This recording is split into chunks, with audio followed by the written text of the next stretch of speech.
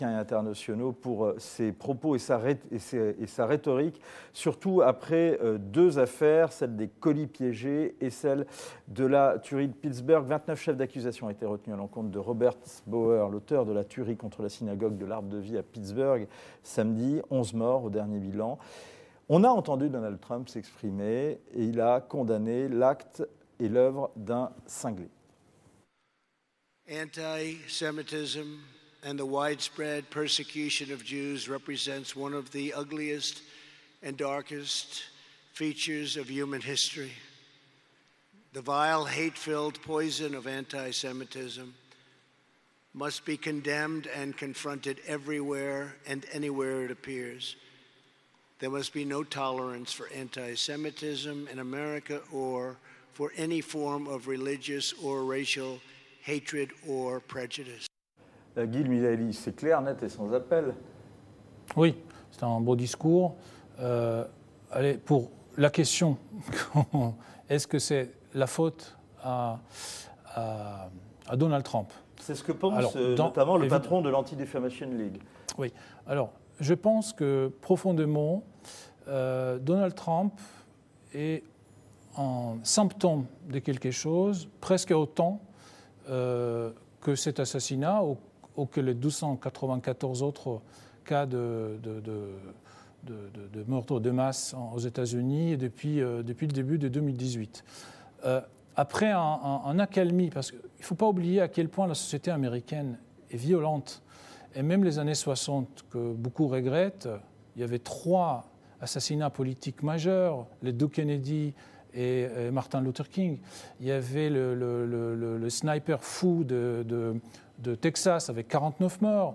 Il y avait des assassinats dans le sud des États-Unis. Je recommande d'ailleurs le récit de Laure Mandeville dans le Figaro à retrouver, qui est le début d'une longue série sur justement des reportages en Pennsylvanie qui expliquent combien il y a une ambiance de guerre civile actuellement dans la campagne. Pour ne pas aller plus loin, les 50, 40, 30, c'était horrible. Il y avait une accalmie entre les années 70 et les années 2000 qui s'est terminée probablement avec la présidence d'Obama et avec le Tea Party. Donc tout ce qui se passe à partir de ces moments-là, et évidemment, je pense que profondément, les choses sont... La raison profonde, c'est la fin, la mort lente de classe moyenne aux États-Unis, les changements de modèle économique, la mondialisation. Et donc qui repolarise et qui recrée une tension. Et donc, alors évidemment, je pense que Trump n'a rien fait pour calmer les jeux. Ça, on peut le dire. Mais il n'est pas responsable, c'est ce que nous dit Pierre Aski. Il se trouve que moi, je suis revenu hier des États-Unis. J'ai passé toute la semaine dernière à New York et Washington. Et c'est frappant la polarisation extrême qu'il y a dans ce pays.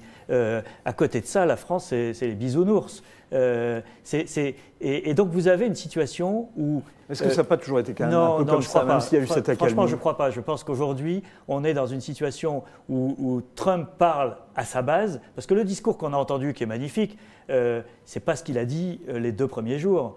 Ses premières réactions, et notamment le soir même de la tuerie de Pittsburgh, il avait un meeting électoral. Il a dit qu'il avait failli annuler son meeting parce qu'il avait une journée à mauvais cheveux, comme il dit. Je veux dire, cet homme, voilà, aux yeux d'une partie de l'Amérique, est sans foi ni loi, et aux yeux d'une autre partie de l'Amérique, c'est l'autre partie qui est sans foi ni loi et qui n'est pas crédible. Il y a 2 mondes totalement parallèles qui se haïssent aujourd'hui. On en est à ça. Et donc, moi, je pense que... Donc c'est plus profond. Oui, c'est plus profond, mais c'est évident que Donald Trump est le pompier pyromane dans cette affaire.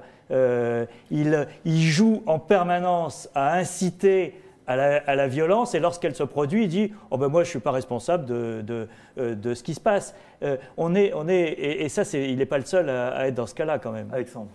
Non, c'est excessif qu'il y ait une polarisation aux États-Unis, c'est un sujet, mais jamais Donald Trump a appelé à tuer les gens, à tuer des Juifs dans une synagogue. Je crois que la personne, en l'occurrence, lui reprochait d'être trop philosémite et trop mondialiste. Donc, il n'a pas voulu prendre parti entre les néo-nazis et les contre-manifestants. C'était beaucoup plus compliqué que ça. Donc je crois qu'on mélange deux choses. Bon, il y a le problème du port d'armes aux États-Unis. Là, il a une responsabilité, mais les démocrates ont fait exactement la même chose avant. Et il y a effectivement la question des fractures américaines qu'on retrouve en France de manière moins nette, mais avec effectivement une Amérique populaire, une Amérique ouvrière, une Amérique du centre qui est opposée de plus en plus à l'Amérique des côtes et des grandes métropoles. Et je crois qu'il y a des responsabilités dans les deux sens. Si cet électorat populaire est aussi radicalisé, c'est parce qu'il a été méprisé, insulté par l'élite des côtes depuis des années. Et souvenez-vous d'Hillary Clinton qui parle du panier des déplorables. Et c'est pas que moi qui le dis, c'est Marc Lilla, universitaire américain proche du Parti démocrate, qui explique que ces étudiants considèrent que le centre de l'Amérique, c'est quasiment une jungle, et ce qu'il y a de plus dur pour eux, c'est d'aller prendre un café tout simplement dans l'un de ces États pour parler à l'Amérique populaire.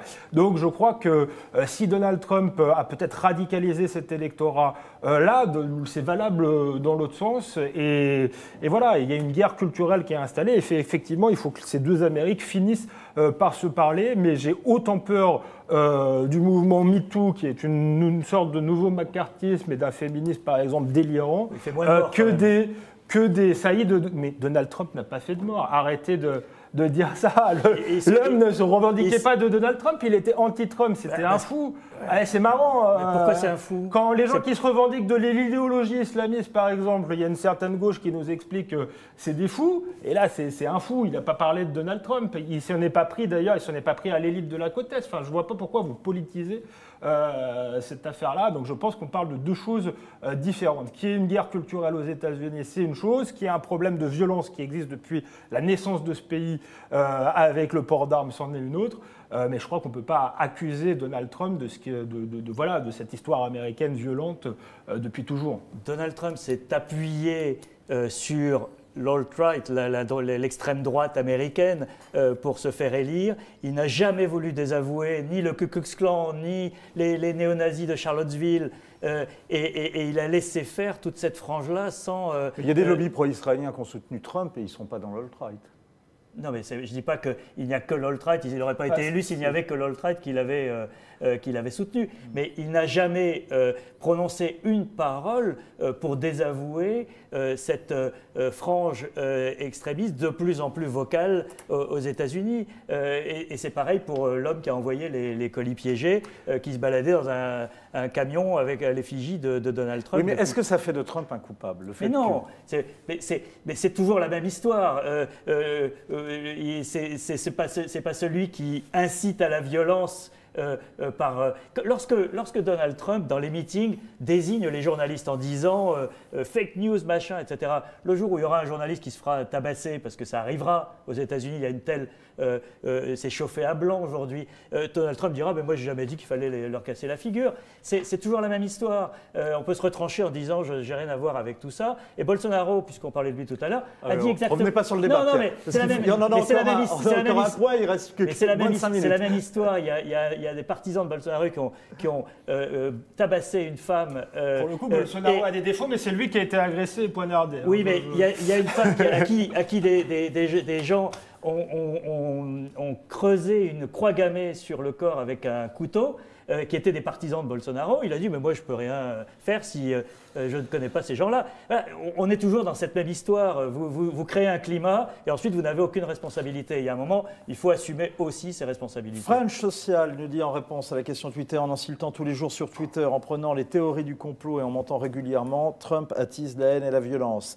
BCH nous dit en plus du Trump bashing, on ne peut pas en faire le bouc émissaire. Nicole nous dit les démocrates ont décidé que Trump était le diable et tout ce qui arrive aux États-Unis est de sa faute. On continuera bien sûr d'en parler. Les scientifiques, c'est le diable. Parce que vu comment ils traitent la science, là, il y a... on continuera d'en parler et justement d'en faire une émission sur les accords de Paris. En attendant, je voulais vous poser une dernière question. C'est si vous regrettez les années Gildas, comment réussir à la télévision ?